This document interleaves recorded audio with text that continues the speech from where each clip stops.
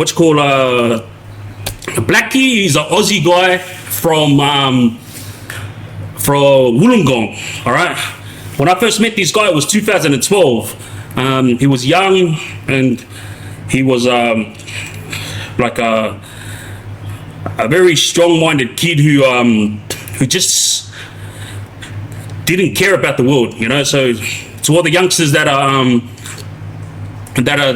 going through what they're going through right now, Blackie was also going through this stuff, you know. Like he was down and out, and he was struggling.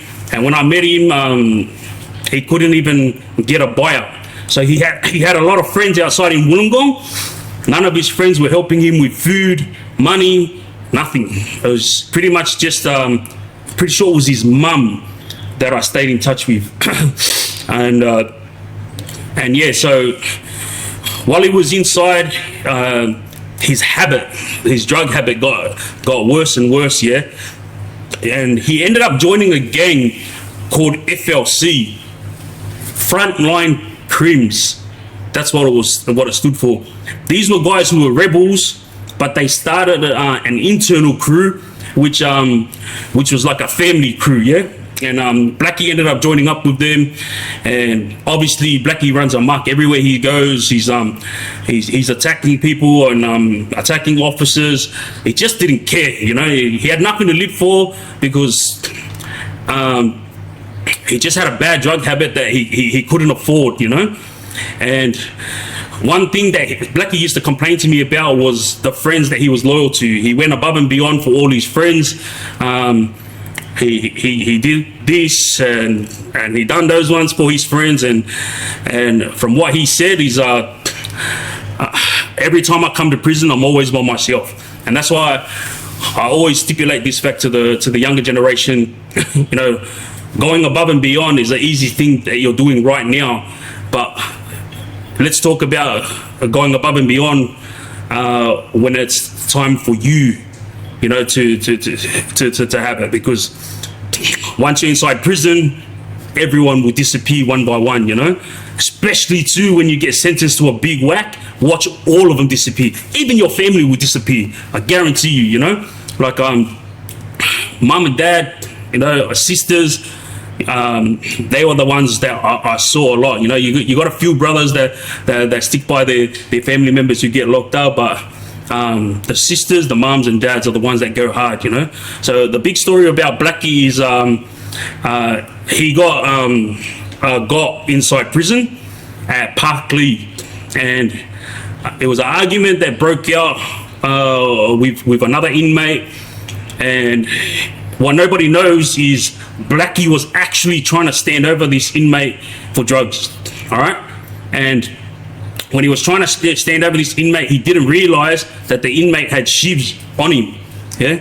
The other inmate didn't actually want any issues with him, but he was ready because that's prison. You're always ready to go, ready to rock, you know? And as he kept going, Blackie pulled out his own shiv from his pants, yeah? And pretty much when he pulled it out, he threatened him and said to him, yeah, we'll see, yeah? There was a lot of guys that was in the cell this day when it was happening, and there was cameras in there. And when Blackie made this threat, straight away, this other guy, I'm not going to mention his name, but he got intimidated. So from what I hear, he beat the charges, and he needed to beat the charges. Like, they had no right to charge him because Blackie was the one that started it, and Blackie was the one who pulled the shit out first, you know. Anyway, to cut a long story short, one of the guys that was in the cell covered the camera with wet toilet paper, yeah. And it was at that moment that the fight broke out, and Blackie got a few times and ended up going hospital, and he passed away. And so this is something that the younger generation needs to know. This was over rubbish, literally over rubbish. Blackie trying to stand over the other guy was quiet, and then he made his move. And this is what happens inside prison. If you guys want to be dealing with this type of issues, then by all means do your gang thing, you know. Like I always say, I'm not trying to tell you what to do. I'm just telling you stories that I was in and amongst, or telling you my stories with the hope that you guys learn from it. And Blackie, he was a good kid, you know, like he didn't need to join any gang. He was staunch on his own, but he done a lot of stupid things because he had a drug habit, you know. Leave the drugs out of it, and he was like the best bloke, just like that Esa Kapavalu. Like, if you see Esa without drugs, best bloke, you know, like, and have a laugh with him all day long. But Blackie, he's he was one that he didn't deserve what happened. Like, obviously some people deserve things like that, because bullies inside prison is like is one thing that I didn't condone, you know, because there was a lot of bullies who used to do a lot of standover towards the younger boys. And Blackie was one who used to stand over the younger Aussie boys, but he had a big heart too, because he used to stick up for a lot of the Aussie boys when dramas would break out. And like I always tell you guys, a lot of the Aussie boys don't stick up for themselves, and they don't ever band together when drama breaks out. And that's the reason why they're not one of the majorities when it comes to prison strength. But losing his life, like, I remember there was a lot of chatter throughout prison and throughout Wollongong, everyone shedding tears, everyone sending their love and respects. And I was like, Blackie used to tell me about all of yous, and not one of yous did anything for Blackie. You know, like, the bloke struggled, not only outside but also in prison. And yeah, I'm not going to take it, I'm not trying to stick up for him. The bloke was a maniac. You know, he ran amok outside and he ran amok inside.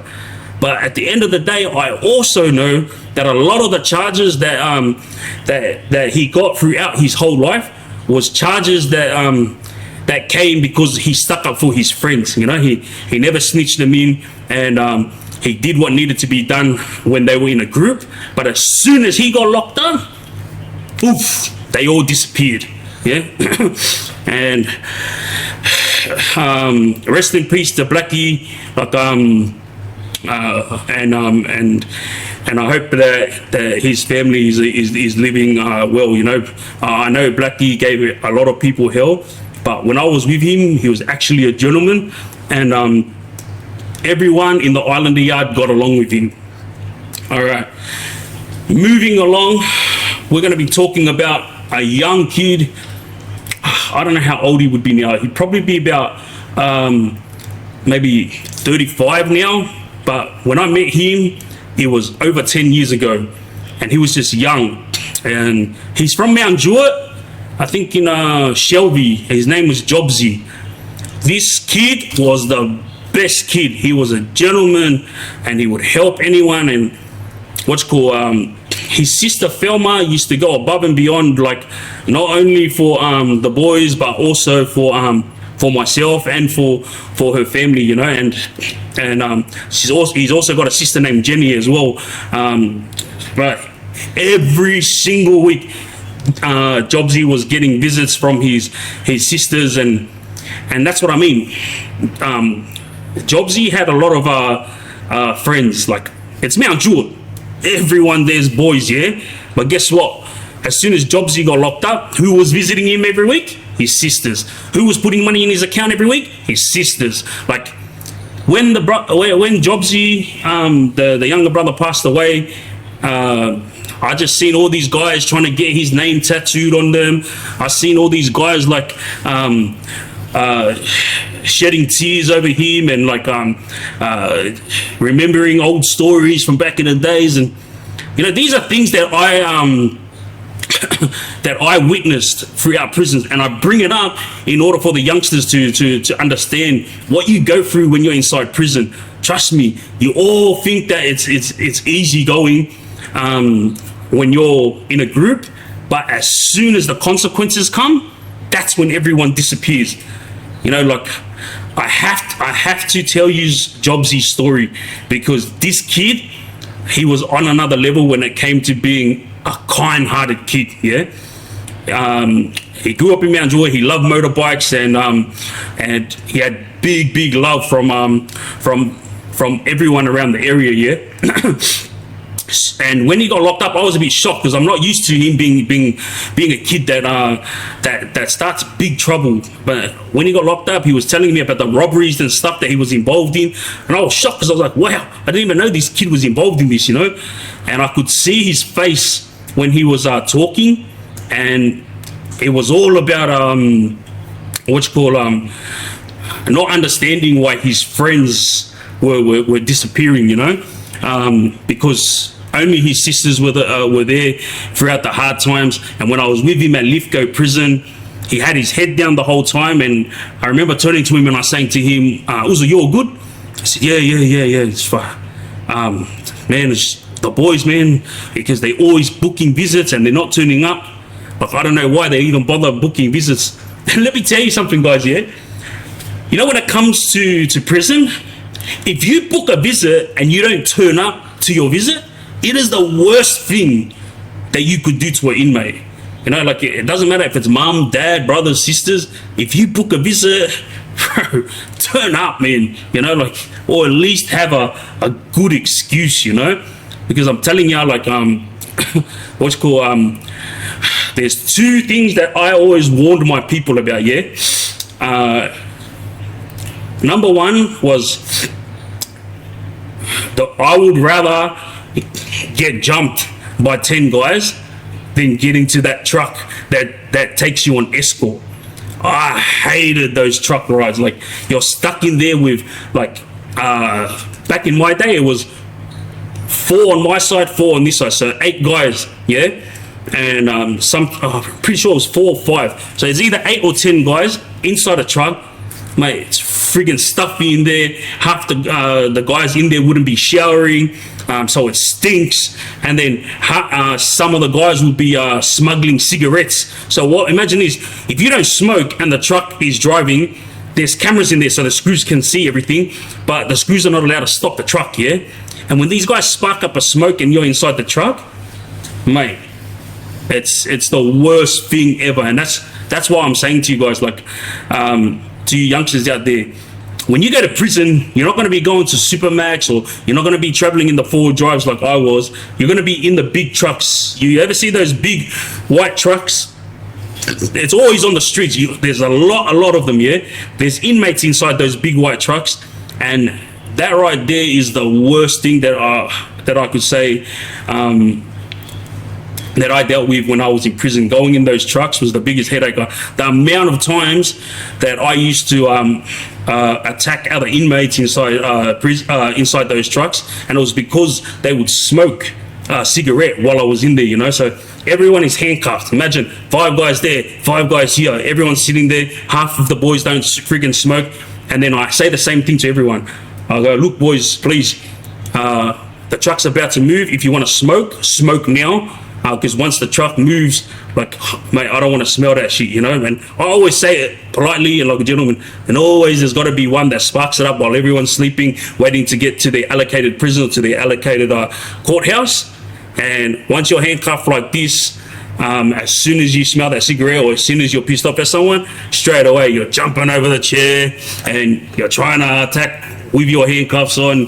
You're trying to throw kicks. Like, these dramas actually happen in the truck. The amount of dramas that pop off in the truck is, you know, like, it's if only the screws were allowed to release all the footage from inside these trucks. I swear, the amount of rubbish as well that I hear inmates talk inside this truck, I'm like, well, there's freaking cameras up there. Like, why are you talking about your case and about stupid things that you've done when you were outside? There's cameras inside this truck and they can hear everything, you know. Anyway, with Jobsy, he had given up on his friends. So while he was doing time with me, obviously I explained to you guys how he was down and out, not because of his family, but because he was upset at his friends booking visits, not turning up. And the whole time he was in there, he probably got a visit 3-4 times from his mates. And guess who brought his mates to visits? His sisters.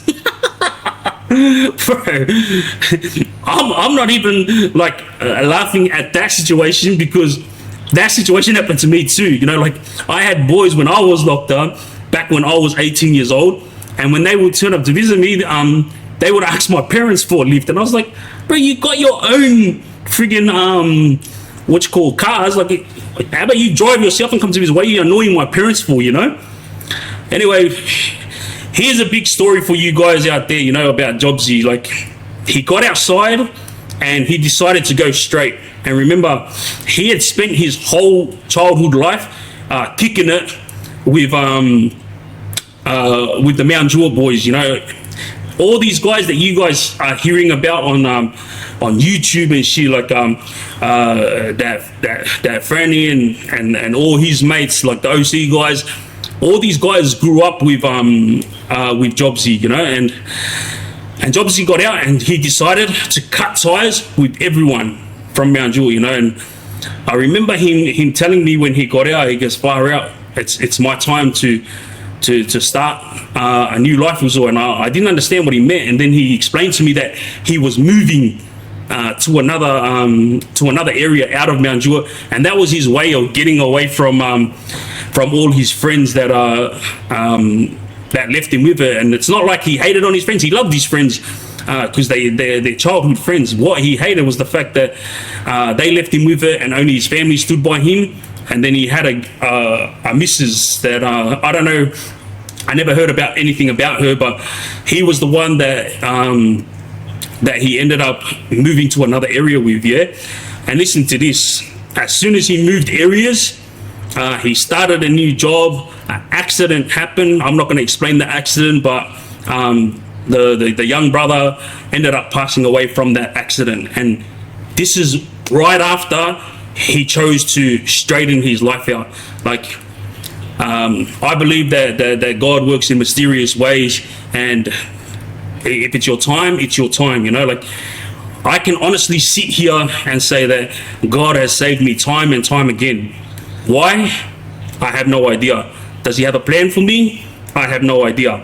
But what I'm doing right now, like, I'm doing it knowing full well that there's going to be a lot of haters, and there's going to be a lot of people who don't believe in what I'm saying, yeah?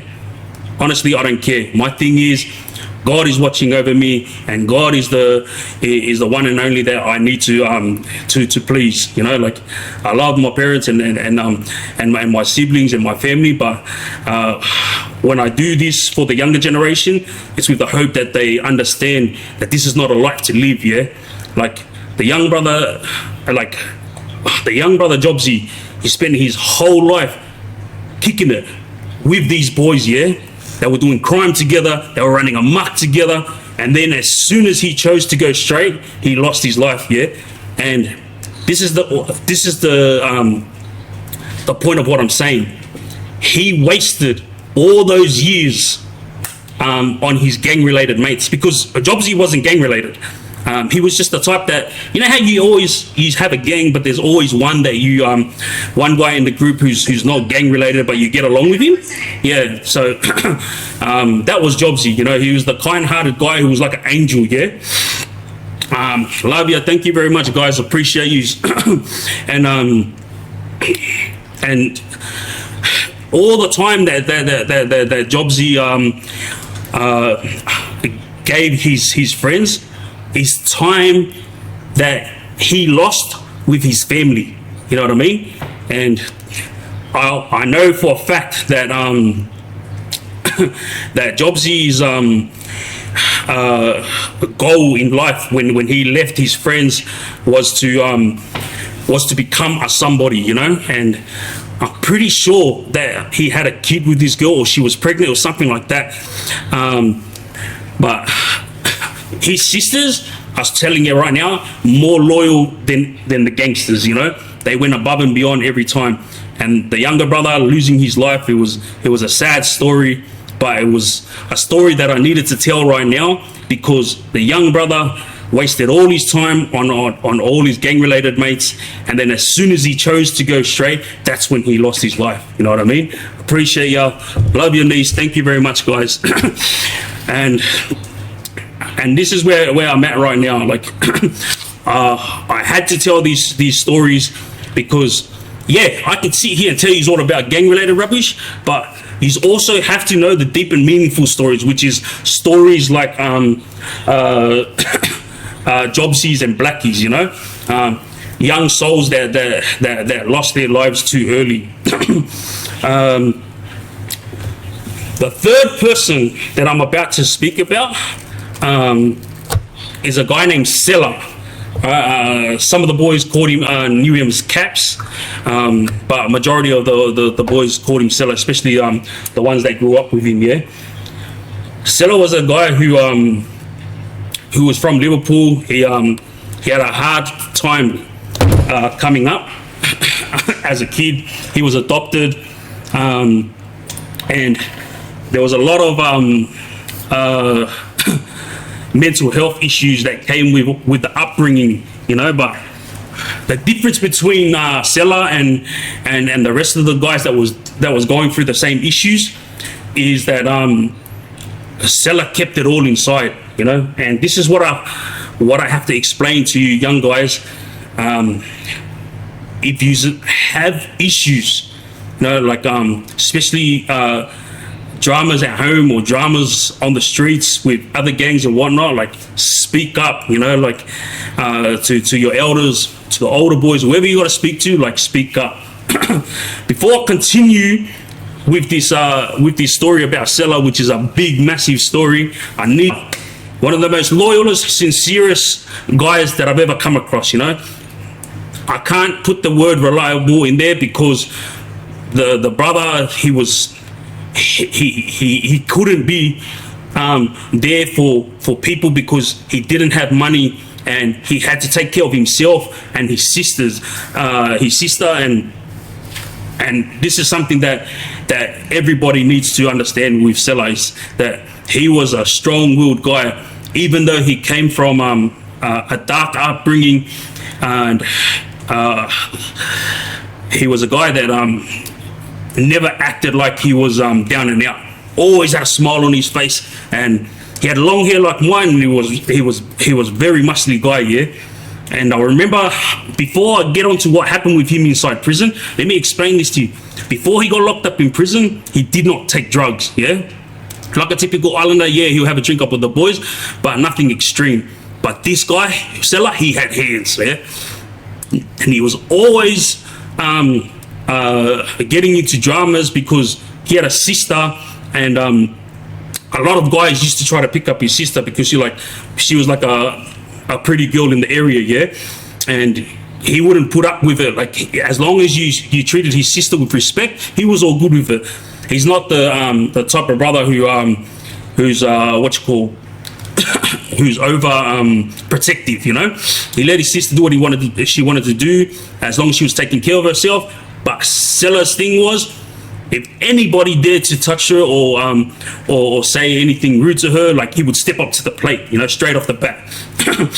And I seen Cella fight outside at Liverpool. He took on a group of guys because of his sister, but the bloke went on with it, and say no more. Like, everybody that was involved in that fight knew Cella's name after that, but everyone back then, they were calling him Caps. And then another fight that broke out with Cella was against the Rebels. 3 rebels tried to put it on the younger islander that was with him, yeah?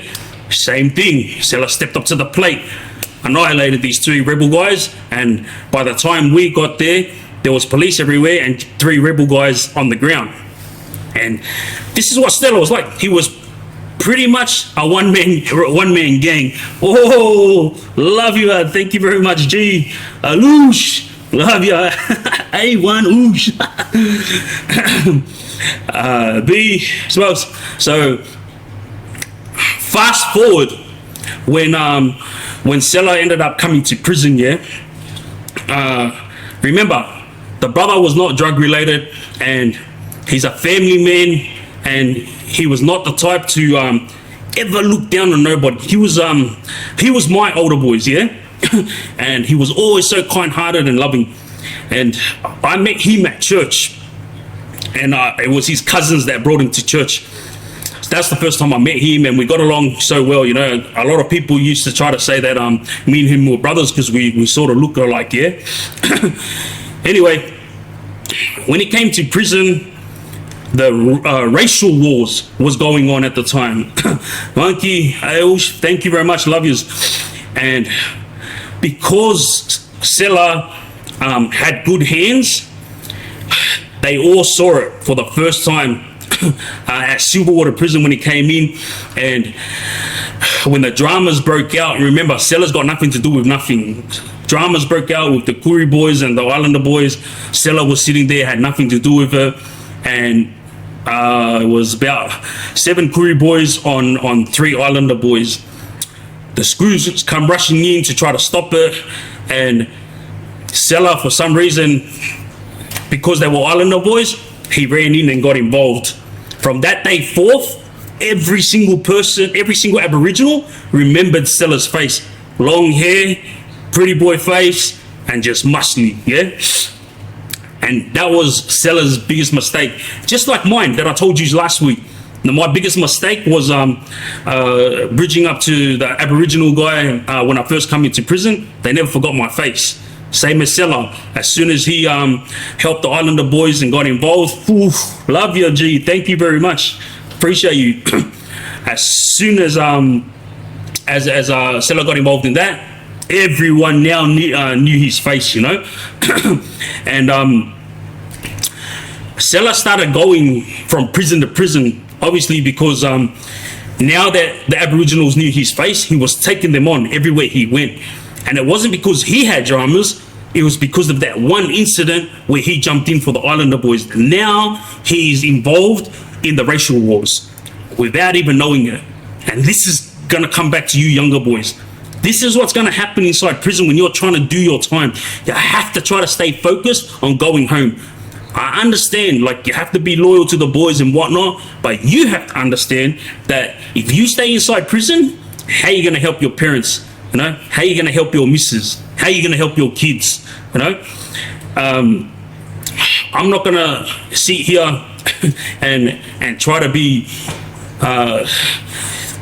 friggin' your dad, because I was doing dumb rubbish when I was inside prison, and the dumb rubbish that I was doing was I had an opportunity time and time again, love yous, thank you very much, to go straight and do my time and go home, but I didn't, because like my mum always said to me, Peter, your loyalty, you know, is a blessing, but it's also a curse, because I could never leave my friends with it, and when I was inside I could never leave the Islanders with it, you know what I mean? And I said it to you guys, Cella was the exact same type. He wasn't the type to step back and just watch his Islander brothers cop it. He was always getting involved, and this was the biggest mistake that the brother made, you know, was getting involved. Because once he got involved, the older Islander boys now grabbed him and put him under their wing, yeah? Now Cella is one of the boys. And remember, Cella's a one-man gang. He can freaking stick up for himself. He doesn't need boys, you know? But the older boys grabbed him, you know, as soon as they saw that he had hands. And guess what? The first thing was that the older boys did to him, you know? They didn't give him food. They didn't take care of him. Guess what they did? They gave him drugs. You know, the brother's never, ever taken drugs before until he stepped into prison. And then the drugs was what brought him down, because once the brother got on the drugs, he ended up with a habit, and he started losing his way, you know. But when I was with him, even though he was on drugs, he was still the same Cella. Smile on his face, always friggin' having a laugh with the boys, and never ever looking down at the younger boys, always taking care of the younger boys, you know. And then when Cella was involved in the drama at Park Lee that broke out, that was it. Pretty much you could say the Aboriginal boys had Cella's name on their list. Wherever he went, he was gonna get got, or he was gonna do what he needed to do to get out of it. And don't forget, the older boys that took him under their wing, they didn't explain to Cella about racial wars. I was lucky